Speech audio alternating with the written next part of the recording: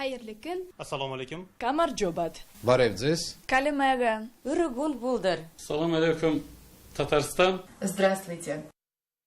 Многоязычие и культурное разнообразие. Сегодня Международный день родного языка. Его во всем мире празднуют уже 17 лет. Здравствуйте, на нашем канале новости, в студии Лейсан Сабирова. И вот о чем мы сегодня расскажем. Безопасность на прежнем уровне. Прийти до 12 железно, мы, конечно, таких ограничений не ставим. Как смерть студента из Чада повлияла на студенческий распорядок, узнавал Рамиль Шайдулин. Где жили, там и погибли. Не то что обидно, да слез жалко. Кто виноват и что собираются делать, расскажет Дмитрий Аринин. Дорога в суд. Однажды водитель скорой помощи, приехавший в наш двор на вызов, сказал: в ваш двор надо выезжать на танке. Как жители Казани защищали свое право на безопасность, увидела Александра Севастьянова. Оттепель и ее последствия. Я в интернете прочитал, и я и сам назвал это ледяной апокалипсис. Это был очень страшный гололед. Какие еще сюрпризы готовит нам природа в сюжете Елены Новгородцевой.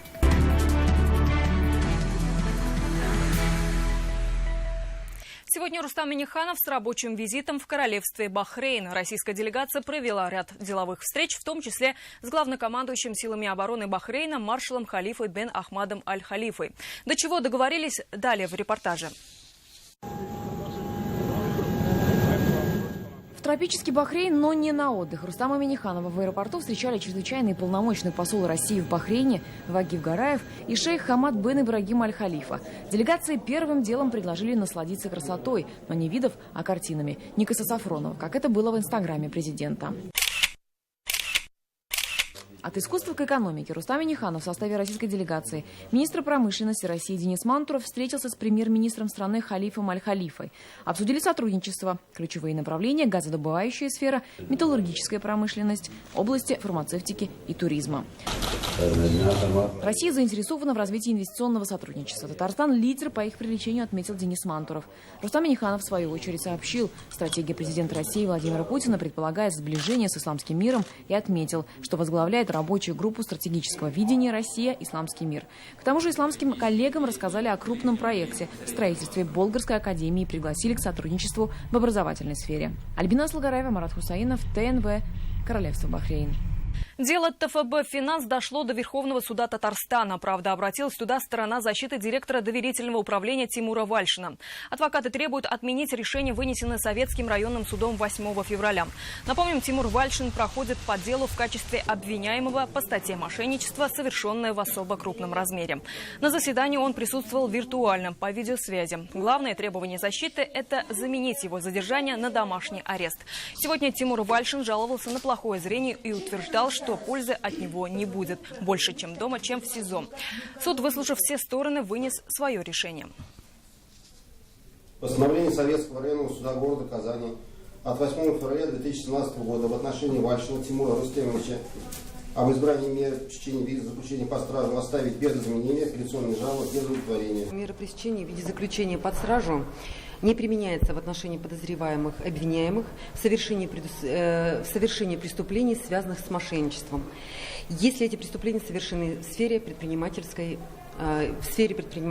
деятельности, в соответствии с пунктом 1 статьи 108 УПК Российской Федерации.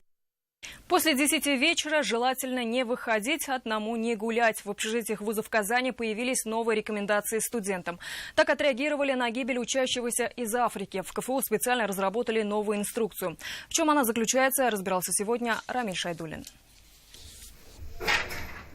Строго по пропускам начинается вход в общежитие КФУ. Посменно, сутки через трое, вахтеры следят за потоком тысяч студентов. Только иностранцев в университете более 4000. 150 из африканских стран, переезжая к российским реалиям, привыкают не сразу. Начальная адаптация продолжается примерно 2-3 месяца до полугода. Ну а более продолжительно это уже где-то 2 года ориентировочно. Смерть студента из республики Чад Махджуба Тиджаки Хасана взбудоражила всю общественность. Второкурсник жил в привычном им темпе, учеба в вузе, отдых в общежитии. Студенты до сих пор в шоке. Тем более вроде как в людном месте все произошло в такое время. Но нет уж как-то.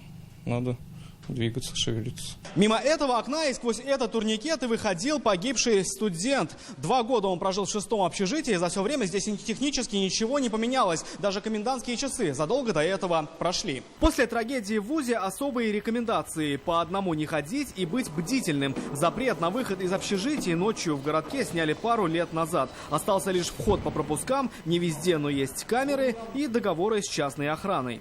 Постоянно усиливать контроль за студентом практически это тоже невозможно, потому что есть гражданский кодекс, есть права того же самого студента, который здесь проживает. Те локальные акты, которые на сегодняшний день существуют в университете, они целиком и полностью соответствует законодательству. Усиление контроля только на уровне бесед. В городке КФУ считают, что беседы и встречи, но не более, заставят студентов глубже задуматься о своей безопасности. Рамиль Шайдуллин, Константин Бушуев, ТНВ, Казань.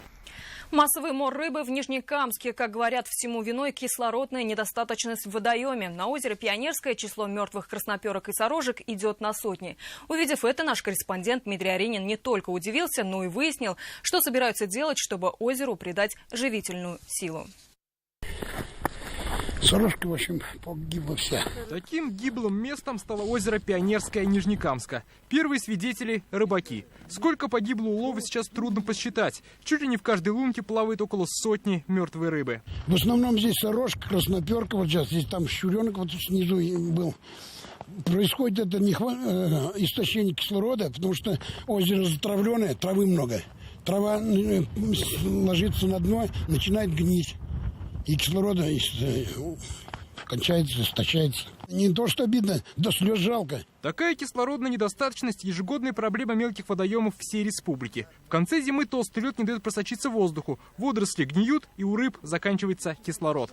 Я могу сказать, что кислорода мало. Чтобы до гибели дела не доводить, такими чахнущими водоемами должны заниматься местные власти. В критических ситуациях на помощь приходят уже экологи. Так, недавно в Казани, прорубив несколько лунок, спасли озеро Харовое. О грядущей же проблеме в Нижнекамске городские власти знали. Ситуацию взяли на карандаш, но до бура дело не дошло. 131 федеральный закон обязывает, гласит о том, что содержание водных объектов, водоемов – это за ними. К сожалению, штрафных санкций это не предусмотрено. Мы зачастую узнаем это уже по весне. Теперь бурение живительных лунок на озере Пионерском назначили на этот вечер. К процессу обещали подключиться и рыбаки. Дмитрий Аринин, Вадим Струминский, Ренат Харасов, ТНВ, Нижнекамск.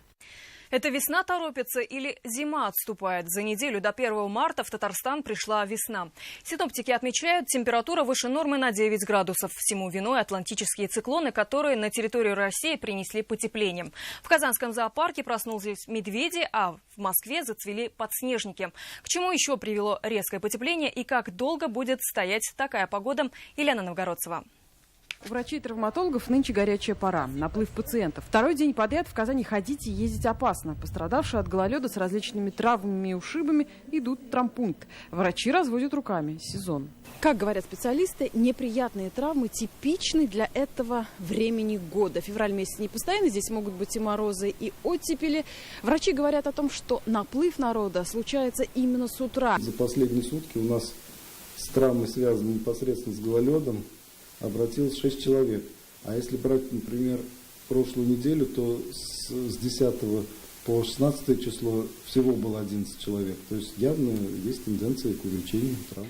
Опасные места нужно стараться обходить. И непременно от управляющей компании требовать, чтобы не жалели песка и посыпали дороги, скалывали и убирали лед. Особенно нужно осторожно ходить по лестницам подземных переходов.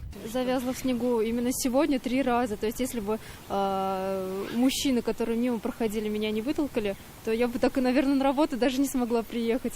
Очень большие неудобства. Постоянно у вас как будто улица не чистая здесь, не знаю. Постоянно. А откуда? С Братска, с Иркутской области. Там получше? Там получше, там с коммунальными услугами получше. По крайней мере, дороги почище, чем здесь. И такая погода сохранится. Ситуация пока меняться не будет. Это нормальная теплая погода. Такие моменты время от времени, вот серии циклонов бывают. В общем, как бы она аномальная и по интенсивности, и по длительности, потому что, собственно говоря, процесс начался 18 февраля.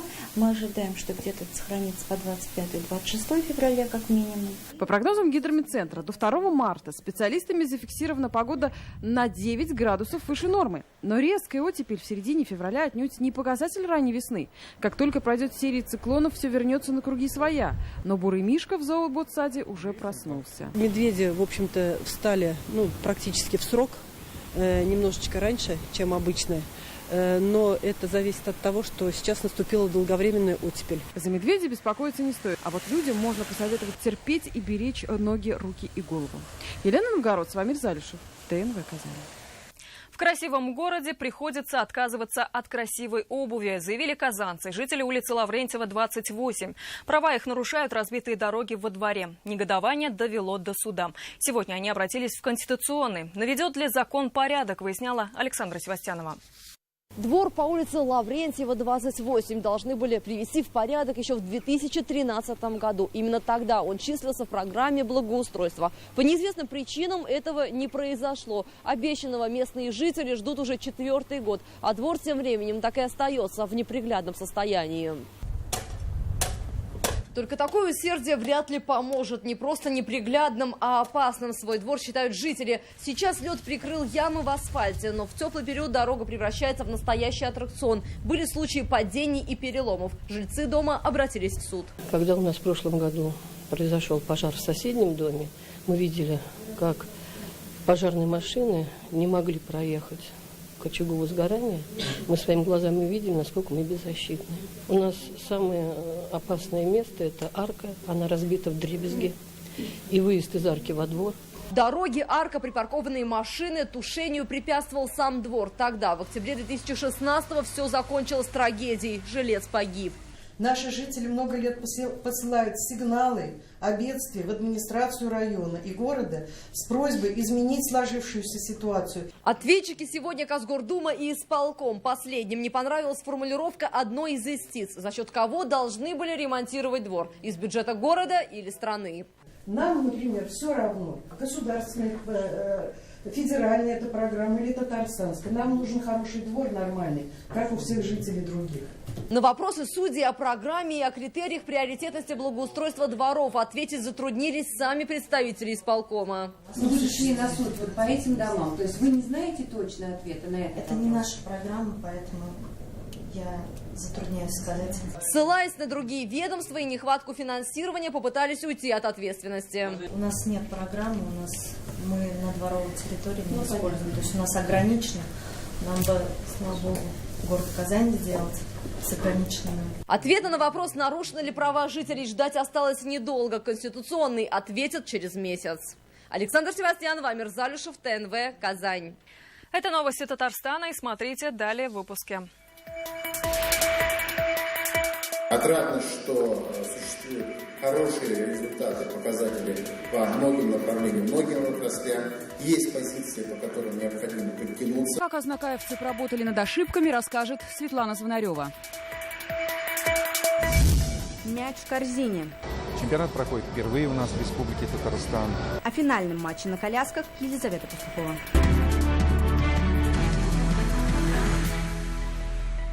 Право сдавать ЕГЭ на родном языке закрепить законодательно. Об этом сегодня заявил на пресс-конференции, приуроченной к Международному дню родного языка, председатель Комитета по делам национальности Госдумы Ильдар Гильмудинов. Цитата. «Я поддерживаю, чтобы у ребенка было право, законодательно закрепленное право сдавать экзамен на родном языке. Это не значит обязательство, это право», сказал Гильмудинов. В то же время, добавил он, есть вопросы, которые нужно решать. Подготовка к экзамену, подготовка преподавателей, а также контрольно-измерительных материалов. Новый уровень жизни, развитие территории и повышение качества соцуслуг. К этому будут двигаться в Агрызском районе в ближайшие десятилетия. На подходе мощный сельхозкластер. Строится спорткомплекс и уже открылось новое здание электростанции. Объекты сегодня оценил Фарид Мухамедшин. Чем живет Агрызский район, Елена Зинатуллина. Первым делом в Дом культуры. Председателя Госсовета приветствуют национальным лакомством. Его здесь ждали, ведь есть что показать и рассказать. В ДК занимаются и взрослые, и дети. Танцы и пение, вязание и вышивание, есть даже кружок стрельбы. А сегодня здесь еще и выставка продуктов агрызского производства. От крупы, выпечки до молока и мяса. Свой забойный цех у нас здесь в Агрызе есть, вот, конечно. До 100 голов в день забиваем. В сельское хозяйство вложили более миллиарда рублей инвестиций. Есть вся необходимая инфраструктура. Но при наличии сырья отсутствует промышленная переработка. Впереди строительство нового цеха по производству мясных полуфабрикатов. О плане создать здесь мощный сельхозкластер сегодня рассказали на итоговом заседании Совета района. Район, за исключением, может быть, крупного железнодорожного узла, по большому счету сельскохозяйственный, и нацелить надо свою работу на то, чтобы поднять активность людей, живущих и занимающихся сельскохозяйственным производством, имея земельные наделы и участки. В августе этого года в районе сдадут новый спортивно-оздоровительный комплекс. А вот что уже построили — новое здание электрических сетей. Привлекать инвестиции нужно и в новое для муниципалитета направление – туризм. Лина Зинатульна, Эдуард Мухаметьянов, Назир Нугуманов, ТНВ, Агрызский район. Району удалось вернуть высокий потенциал аграрного сектора, а в сферах малого бизнеса, здравоохранения и национального образования надо подтянуться. Такой наказ дал сегодня премьер-министр республики. Ильдар Халиков участвовал на итоговой сессии Азнакаевского района. В тройке лучших по урожайности и валовому сбору зерна. Это об Азнакаевском районе. Увеличивается и поголовье крупного рогатого скота. Но вот малый и средний бизнес нуждается в помощи. Пока что на 3 муниципальных промплощадках всего 9 резидентов. Да и 29-е место в республиканском медицинском рейтинге, по мнению премьер-министра, далеко не лучший показатель. В рейтинге эффективности здравоохранения район оказался на 29-30 местах, хотя по итогам прошлого года был на 18-м месте.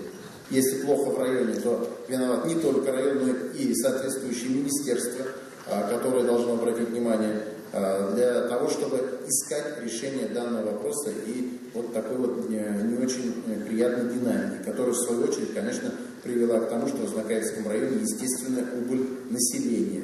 В прошлом году район, где проживает 85% татароязычного населения, подвергся жесткой критике руководства республики за состояние национального образования.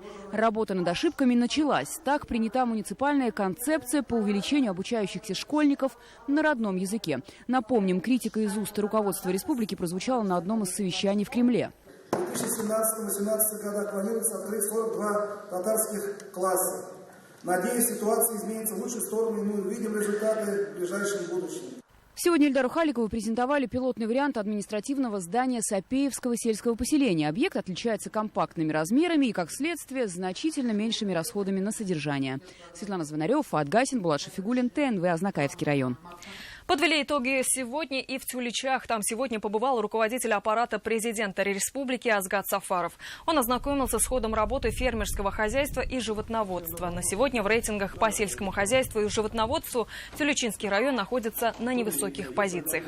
Однако Азгат Сафаров не исключает, что в этом году общими усилиями можно будет изменить ситуацию. Есть задел, есть огромное желание. Я думаю, вы будете поправлять ситуацию, но вот пока, значит, по итогам года район 1,5% почти республики занимает. Педагоги дополнительного образования уходят из профессии из-за маленьких зарплат. Об этом сегодня сказал министр образования и науки республики Энгель Фаттахов. В зоне риска не только педагоги. В Татарстане более 40% зданий организации доп. Образования нуждаются в капремонте. В целях поддержки отрасли министерство выделит 15 миллионов рублей. Таким образом, отставание в заработной плате педагогов дополнительного образования должно быть преодолено к концу текущего года, и она составит 95% от средней заработной платы учителей, заверил министр. Миллиардом больше увеличена смета на строительство главной соборной мечети Крыма. Благотворители – обычные люди и крупные компании. И в итоге в Симферополе на улице Ялтинская закипела работа. К работе над проектом привлечены мусульмане многих регионов страны, в том числе и Татарстана. Когда над полуостровом засверкает купол и прозвучит первый азан. Дина Газалеева. С самого начала и к проектированию, и к строительству главной будущей святыни правоверных Крыма отношения имели только мусульмане. Активно подключились крымско-татарские специалисты. Такой по масштабу стройки в истории Крыма еще не было. До конца 2017 года здание мечети должно стоять полностью забетонированным и передано под отделочные работы. Стройка, замороженная годы назад, в апреле прошлого возобновилась, и вот уже зримый результат. На улице Ялтинская в Симферополе вокруг жилые дома. Это южная городская возвышенность. Под будущей соборной мечетью пришлось строить дренажную систему стоимостью в 70 миллионов рублей. Возводятся 4 ЛЭПа, пожарные подстанции и многое другое. Благотворителями на 2017 год было выделено 1 миллиард рублей. Были пересмотрены графики производственных работ и, естественно, срок сроки по строительству мечети сократились. По проекту новая Крымская мечеть будет включать в себя две части. Основное здание с куполом высотой 28 метров и внутренний двор с колоннадами. У мечети будет 4 минарета высотой 50 метров каждый. Айдар Исмаилов, как представитель муфтията Крыма, ходом стройки удовлетворен и признается, на базе соборной мечети позже крымчане смогут создать и свой исламский университет, и, само собой, музей ислама. Так же, как в Москве и Татарстане, это место станет духовным центром мусульман Крыма. По планам, уже в 2019 году. Без татарстанских специалистов никуда. Ситуация повторяется. И сейчас в Симферополе, как несколько лет назад в Москве, при возведении соборной мечети активное участие принимали татарстанские строители и декораторы. Сейчас мусульмане столицы очень радуются своей московской соборной мечети. В Симферополе до этого момента осталось совсем недолго. Строители обещают, что уже весной у соборного комплекса наметятся четкие формы. Дина Газалиева, Александр Ярошов, Виталий Лукьянов, Владимир Зуев, ТНВ, Москва, Крым. Все официально. Российская певица Нюша выходит замуж. Об этом она сообщила на своей официальной странице в Инстаграм. Артистка выложила в сеть свою фотографию с помолвочным кольцом на безымянном пальце правой руки. «Невеста я», — коротко подписала снимок Нюша. Ранее СМИ сообщали, что возлюбленным певицы стал советник президента Международной федерации студенческого спорта Игорь Сивов, до этого работавший в Казанской мэрии. Ограбление ювелирного магазина в Зеленодольске было снято камерами видеонаблюдения. Все подробности через несколько минут. А все репортажи этого выпуска можно увидеть на сайте нашей телекомпании, о деловых новостях республики прочитать в интернет-газете «Реальное время». Далее выпуски спорта и прогноз погоды. До свидания.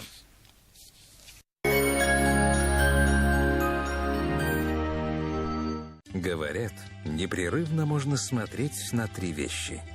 Как течет вода, как горит огонь и на то, как работают другие. А еще можно смотреть, как развивается Казань-Оргсинтез изо дня в день. Казань-Оргсинтез. Непрерывное развитие. Только в феврале приходи в аквапарк «Ривьера» и получи второй билет в подарок. Лечение аденомы и простатита на израильском аппарате «Термекс». Весь февраль прием уролога СУЗИ всего 500 рублей. Данила Мастер. Портрет на памятник бесплатно. 202 38 32. Ценопад в санатории Васильевский. Скидки 30% на вторую путевку и подарки на праздничные дни. Питание по системе «Шведский стол». Санаторий Васильевский. 22 66 770. Акция только в феврале. Газобетонные блоки по 2 800 рублей кубический метр и кирпич по 8,24 рубля штука. Хранение до конца мая бесплатно. Только с 1 по 28 февраля акция для всех. Цена на путевку 1450 рублей в сутки с лечением. Санаторий Ливадия, Казань. Многие думают, что онкология – это приговор. Ежегодный онкоскрининг подарит вам возможность жить долгой и полноценной жизнью. Поволжский центр онкодиагностики. Подарите себе счастье быть здоровым. Настроение приносите. К столу мы уже все в пятерочке купили. Там всего праздновать и перепраздновать. Сметана «Домик в деревне». 330 граммов. 49 рублей 90 копеек. Пятерочка выручает. Закончилась гарантия? Это к выгодному сервису. В феврале комплексная диагностика для автомобилей Toyota, Nissan, Mazda 350 рублей. Мойка в подарок. Sky Service. Сеть сервисных центров по ремонту автомобилей различных марок. 235 35 55. В поисках выгодного предложения ипотеки вы обходите много адресов. Заоблачное, высокое, среднее, рыночное. Но если вы ищете низкую ставку, запишите. Выгодная. Банк Аверс. Здесь живет доступная ипотека с государственной поддержкой. Банк Аверс. Доступная ипотека здесь.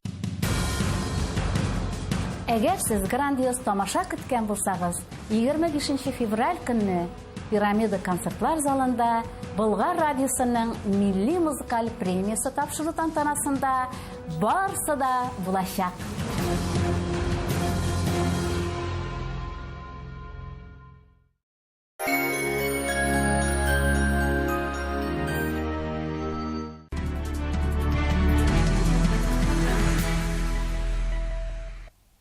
Добрый вечер. Время новостей «Спорт» на ТНВ. В студии Алмаз Гафиятов.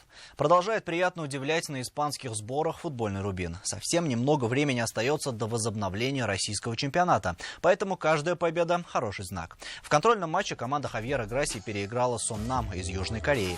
В первом тайме забитых мячей не было. В активе «Рубина» несколько неплохих подходов к чужим воротам. Однако вратарь Соннама был настороже. Счет был открыт на 55-й минуте. Канунников ударом в падении отправил мяч в ворота после передачи Ткачука.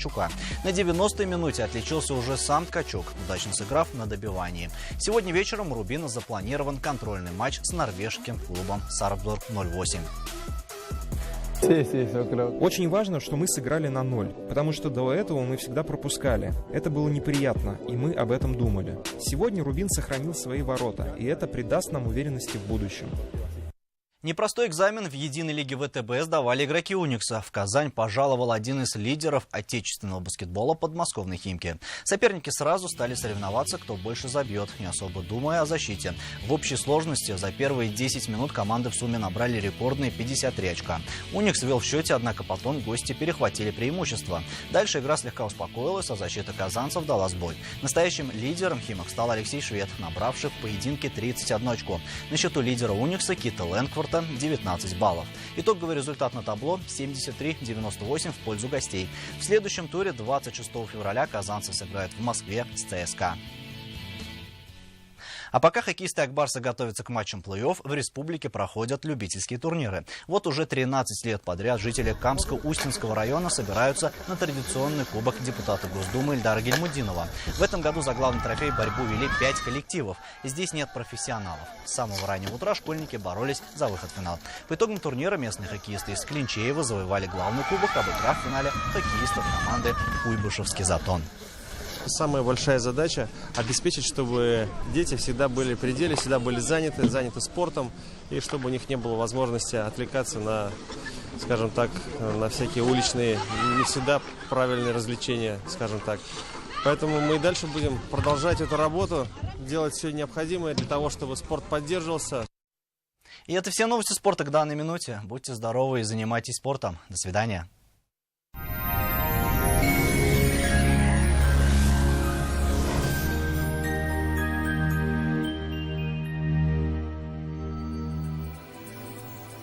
Здравствуйте! Поговорим о погоде через минуту, а пока вашему вниманию полезная информация. Боль в суставах и позвоночнике не только ограничивает движение, она ограничивает жизнь. Магнитотерапевтический аппарат «Алмак-01» дает возможность остановить развитие болезни и вернуть суставам былую подвижность. В феврале купите «Алмак-01» по сниженной цене в аптеках города. Долгожданная акция. С 13 по 26 февраля снижаем цену на «Алмак-01». В аптеках 36,6 отличная и аптеках низких цен. Спешите, количество товара ограничено. А теперь поговорим о погоде.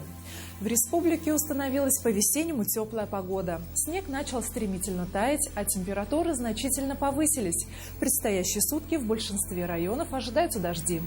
На юго-востоке Татарстана будет облачно, к вечеру возможен снег. Температура воздуха ночью составит около 0 градусов, а днем будет плюс 2 градуса. На северо-востоке облачно, ожидаются дожди, плюс 2 градуса ночью и плюс 3 градуса днем. На севере Татарстана тоже ожидается дождь. Температура воздуха в ночные и дневные часы составит около 2 градусов тепла. На северо-западе в первой половине дня ожидается дождь, во второй половине дня снег. Ночью плюс 1, днем же до 2 градусов тепла. На юго-западе ночью и днем пройдет дождь, а вечером ожидается снег. Температура воздуха в ночные часы составит до 2 градусов тепла, днем же будет плюс 3 градуса. В центральном районе республики ночью и утром дождь, а к вечеру ожидается снег. Ночью будет плюс 1, а днем до 3 градусов выше 0. В последующие сутки существенных изменений в погоде не ожидается. В предстоящие сутки в Казани ожидается дождь. Температура воздуха в ночные и дневные часы составит от 1 до 3 градусов тепла. Ветер юго-западный с порывами. Атмосферное давление составит 741 миллиметр ртутного столба. Влажность воздуха 88%.